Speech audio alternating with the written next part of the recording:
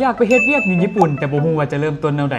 ลองมาฟังทางนี้นำกันที่ศูนย์สอนภาษา KT Center ของพวกเขาแม่นจะเริ่มปูพื้นฐานการเรียนรู้ภาษาญี่ปุ่นให้กับทุกคนแบบง่ายๆซึ่งทุกคนสามารถเลือกเรียนได้ตามใจบ่ว่าจะเป็นระบบ e-learning การเรียนรู้ด้วยตนเอง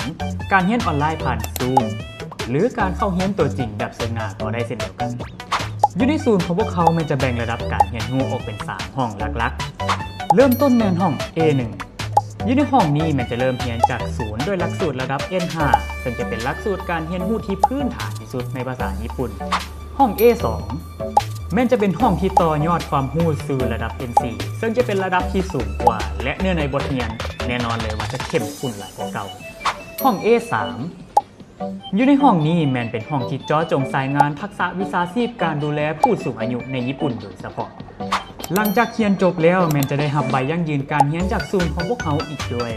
บ่ต้องกังวลเรื่องการสอบเซ็งวัดระดับภาษาเพราะพวกเขาจะให้ทุกคนได้ทบทวนบทเรียนจนกว่าจะเข้าใจได้เรียนได้ทุกทีทุกเวลากับ KIT Center. LA ทักมาปรึกษากับพวกเขาได้ตามทางนี้เลย